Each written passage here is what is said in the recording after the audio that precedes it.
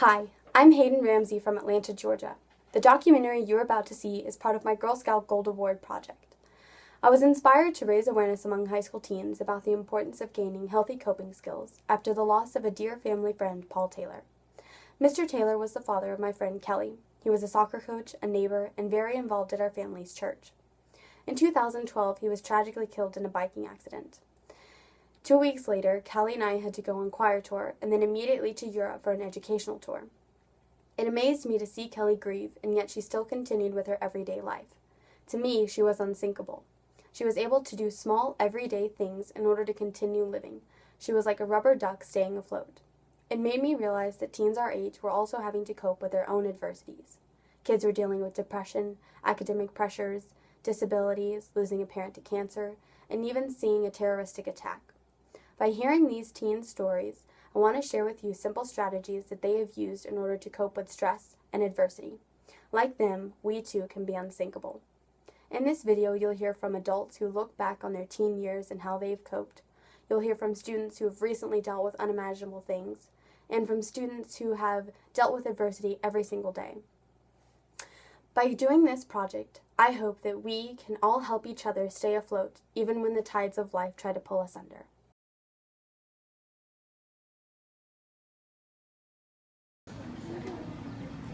Hi, my name is Christy Seidenberg. I'm 47 years old. I'm a mom, I'm a lawyer, and I'm a proud sponsor of I Am Unsinkable. I think it's very important that adolescents, teenagers, young adults understand the coping skills and get those tools in their toolbox so that they're ready when they need them. When I think about the tools that I had when I was a teenager, I feel like I used them in appropriate ways, and sadly I had to. I was in a horrible car accident when I was 16, and my sister and I were both injured almost fatally, and I had a severe brain injury. And it took me a long time to recover. And in retrospect, I feel like it was very positive that I didn't reach out to the wrong people and I didn't try to cope in ways that were detrimental to me.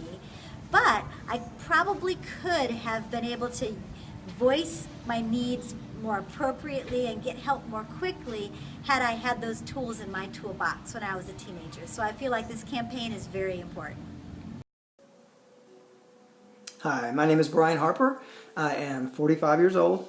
When I was 15 years old in 10th grade, I had to deal with the loss of my father to a very aggressive form of skin cancer. It was definitely one of the hardest things that I've ever had to deal with. And a couple of the ways that I got through it, one was talking to an adult. Now, I know when you're a kid, sometimes you don't want to talk to an adult. It seems like a gross idea to talk to an adult. But the good news is adults have generally been through whatever it is that you're going through, so they can generally give you some good help. The second thing that I did that helped me cope may sound a little strange, but I celebrated my father's life. What that means is I had a watch that belonged to him that I wore all the time. I put up pictures of him everywhere, and I felt like if he wasn't able to be with me physically, then I had all of these memories that I could surround myself with that would help me deal with the fact that he wasn't actually there. What I would say to kids these days is you never have to be alone. You can always find someone to talk to, an adult, maybe a school counselor, maybe someone at church. The other thing is you have great groups like I Am Unsinkable that can help you find different ways that you can cope with whatever it is that you're going through. So good luck. Thank you.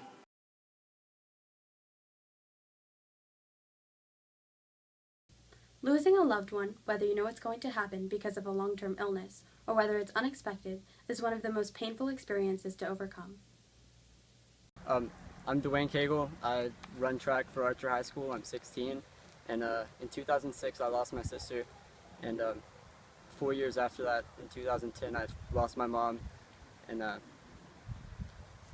it was a very traumatic situation. I ended up having to move in with my aunt and uncle, and I dealt with that. I had a really good support group of friends that I talked to, good family, and I ran a lot, listened to music, and I just found something to keep me occupied during the whole time that it was, really just happening.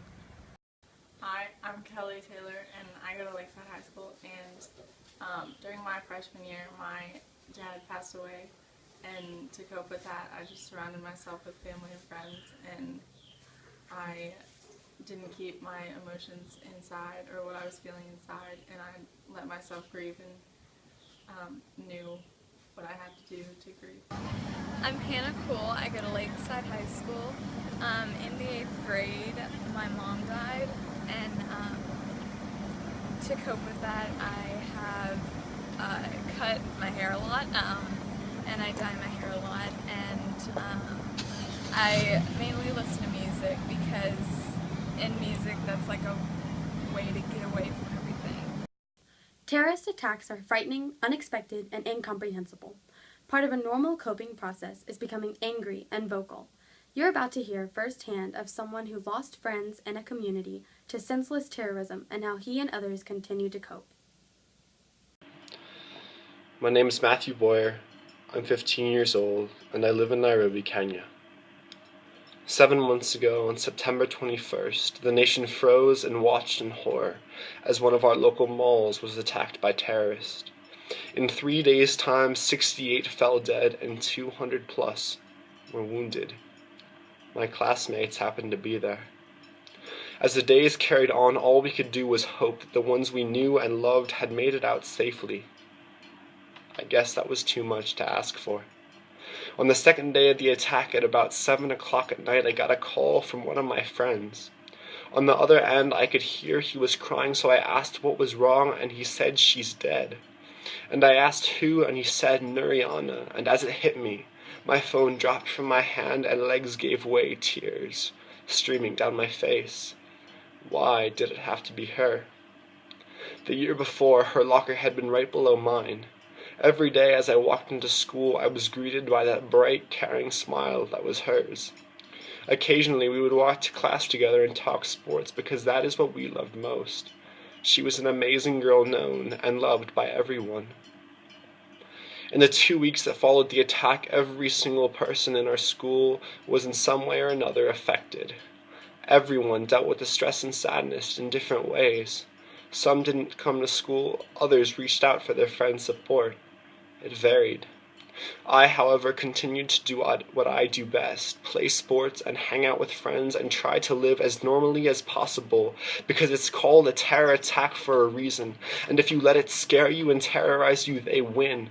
But if you live on, you show them they are beat, and for the people who need it most, you stand strong and offer whatever help you can give. Some teens employ their coping skills every day. They could be dealing with chronic illnesses, physical challenges, or depression. To cope, they advocate, reach out to others, pray, or they look for humor in everyday life. My name is Truett. I go to Etowah High School, and I was diagnosed with epilepsy at 7. And the way I've gotten through that through my past years was praying, going to church, being around my friends and my supporters. Hi, my name is Andy. I'm 14 years old and I live in Buffalo, New York. My daily challenge in life is looking different and not being able to talk with a voice. A lot of people assume that I'm unintelligent solely based on how I look. Also, it's very difficult for me to talk to my friends because in the halls at school, I can't communicate using the text-to-speech app on my iPod while carrying books. And even when I'm not in the hall, it's hard for me to keep up in a conversation because I'm hard of hearing, and by the time I type out what I want to say on my iPod, the conversation has moved on to another topic. Whenever I feel depressed about these challenges, I listen to music to help calm me down. Also, I try my best to prove to everyone my challenges aren't the only aspect of who I am. I focus on being a good student and friend. I try to use a good sense of humor to put a positive spin on life. I remember when I was in a really low and depressed stage in 6th grade, and my dad told me something I'll never forget. He said, "Everyone has their own path in life. Some have smooth paved paths, while others have tall, steep mountains to climb. It's up to you. Do you stop climbing and give up?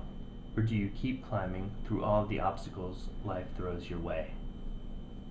My name is Michael. I'm 17 years old, and I'm originally from Kazakhstan. When I was 5, I lost my hand due to frostbite. when I was 8, I was taken from my birth mom, put into an orphanage.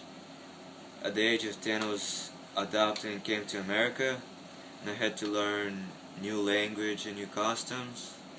And I cope with life by playing sports, try to watch funny movies, and just hang out with friends. My name is Jameson. I am 16 years old and I live in Buffalo, New York. Every day I deal with people looking at me and treating me differently because I have a facial difference and because I am deaf hard of hearing. I also have other health issues and have to have a lot of surgeries. It's hard, but I don't give up. I love challenges and overcoming them is not easy, but it's doable. I've realized that other people's opinions do not define me. It's my actions and my character that define who I am. I cope by finding new challenges and by expressing my creativity in art. I started a sign language club at school, and I am able to teach kids my age as well as some teachers about deaf culture and American Sign Language. My name is Corey Mbonzo. I go to Tucker High School, and my healthy coping mechanisms are journaling, youth group, serving other people, and going to concerts with my friends.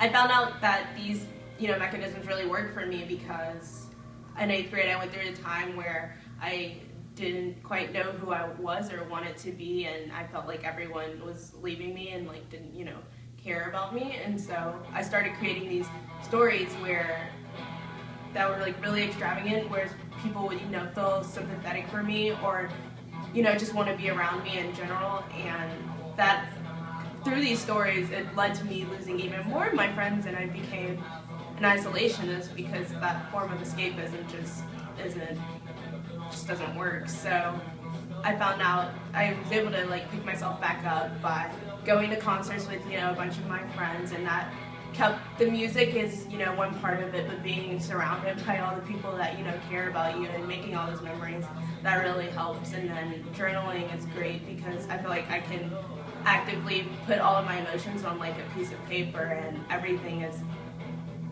there and true.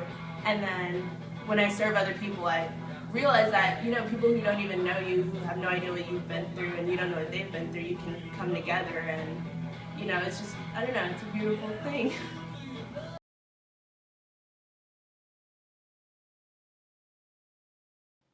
Hi, I'm Laura Morse, and I'm a professional counselor who's been working with teens for almost 20 years. You have just heard from real teens in their everyday spaces talking about real circumstances that have caused them to have to tap into their unique coping skills. In my work, I work with teens who are trying to identify their coping strategies to deal with a variety of issues around academic stressors, bullying, the divorce of their parents, understanding their sexual identity, or even grieving the loss of a loved one or family member. Some teens are going through physical and medical challenges or taking care of someone who is going through something equally as difficult. Everyone is going to experience adversity in his or her lifetime. Sometimes life throws us a curveball when we least expect it, and other times we definitely know something bad is going to happen. It is important to understand and accept that being angry or scared or feeling depressed or anxious, this is all part of a natural coping process. And it is important to understand that when life throws us a curveball, having coping skills in our toolbox will keep us afloat. Sometimes it is easy to turn to those behaviors that are unhealthy, such as drinking, having premature sex, fighting, taking drugs, or denying a situation in order to avoid feeling the pain in this reality. But as you have heard in these remarkable stories, there are also many easy strategies that will help us cope in healthy ways. Just as it is important to understand what your healthy coping skills may be, it is important to know when and how to ask for help. As Brian mentioned earlier in this video, it can be difficult and uncomfortable to ask others for help, but it can be even more uncomfortable or worse to avoid seeking help when needed. Life is going to bring us ups and downs. Being unsinkable means being prepared for life's curveballs, and it helps you to realize that even when you feel like you are sinking, you really can continue to put one foot in front of the other and enjoy and live in this beautiful life. Thank you.